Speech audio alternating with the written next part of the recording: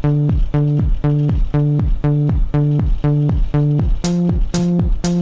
we go.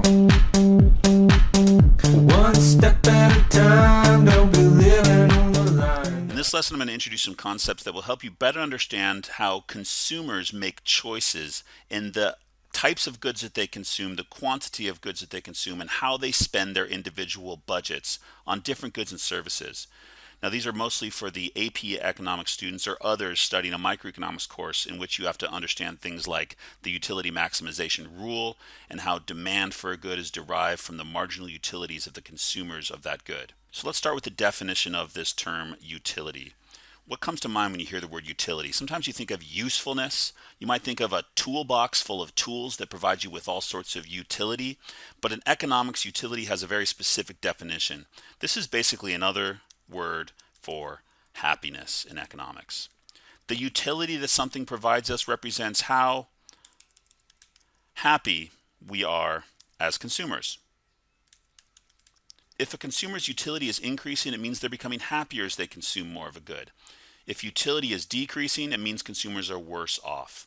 So an increase in utility means consumers are better off, and a decrease means consumers are worse off. In order to quantify the level of happiness, economists have come up with an imaginary measurement that they like to call Utils.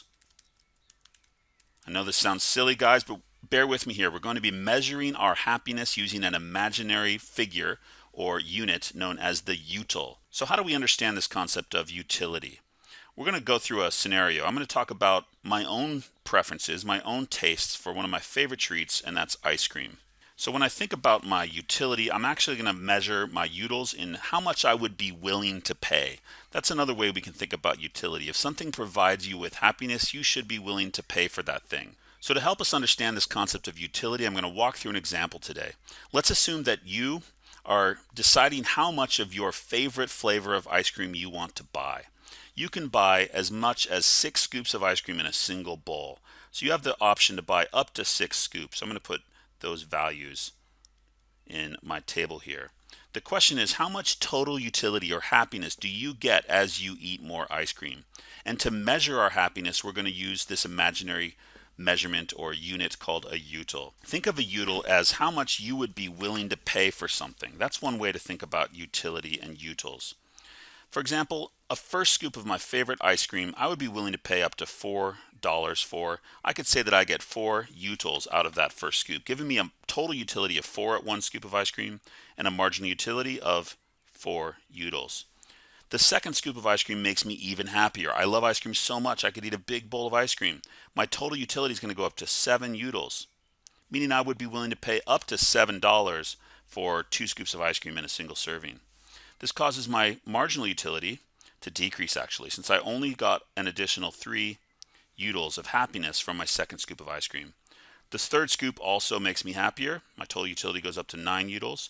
My marginal utility is now only 2 utils. You can see what's happening here. The more ice cream I consume, the less additional happiness or utility I get from each additional scoop. The fourth scoop, I have a big appetite. I could eat a lot of ice cream. My total utility goes up even more to 10 utils. But my marginal utility falls again to 1 util. I only get 1 additional unit of happiness as I eat more ice cream. My fifth scoop, I'm now getting really full. I cannot eat 5 scoops of ice cream.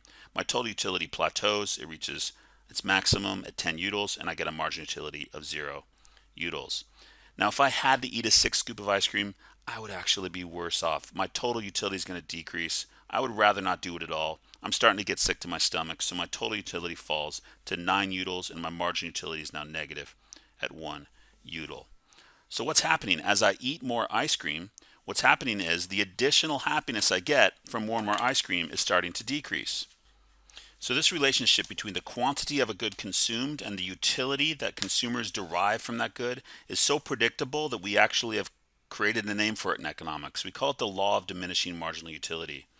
This is the idea that the more of a particular good an individual consumes, the less additional happiness the good provides. We can see it in our table here. The more ice cream I eat, the less additional happiness each additional scoop provides me. Of course, it would be fairly easy to graph and illustrate this relationship as well. I'm going to put the quantity of ice cream I consume on the horizontal axis and my utility, my total utility, and my marginal utility on the vertical axis. Let's put the quantities down here. 1 scoop, 2, 3, 4, 5, and 6.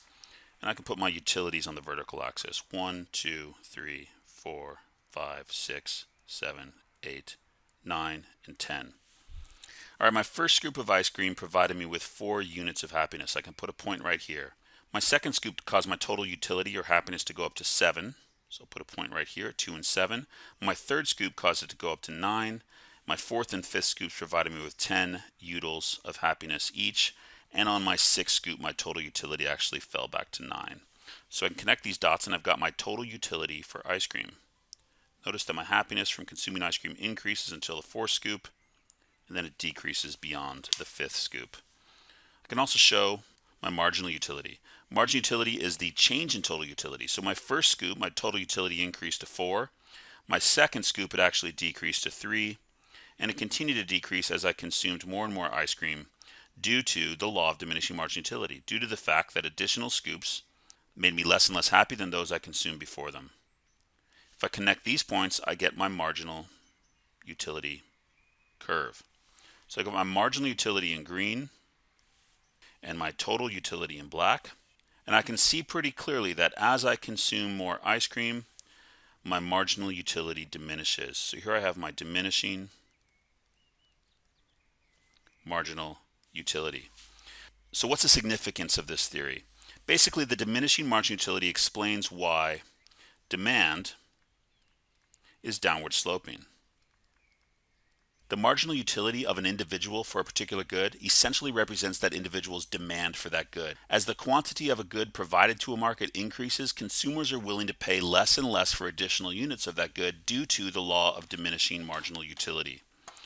So in this lesson, we introduced the definition of utility. This is the economist term for happiness. It means how much happiness or benefit consumers derive from the consumption of a good. And we also introduced this idea of the law of diminishing marginal utility. The more you have of a particular good in a particular period of time, the less you value each additional unit of that good because of the law of diminishing marginal utility. Too much of a good thing can actually be a bad thing, evidenced by the fact that at a certain point, total utility actually decreases on this graph. Too much ice cream can actually make you worse off than you were when you had less ice cream. So this is where marginal utility is negative or less than 0. This helps us understand the law of demand. Because consumers benefit less from additional units of a good, they're willing to pay less for additional units of a good. Hence, the price of a good has to fall in order for the quantity demanded to increase. Here we go.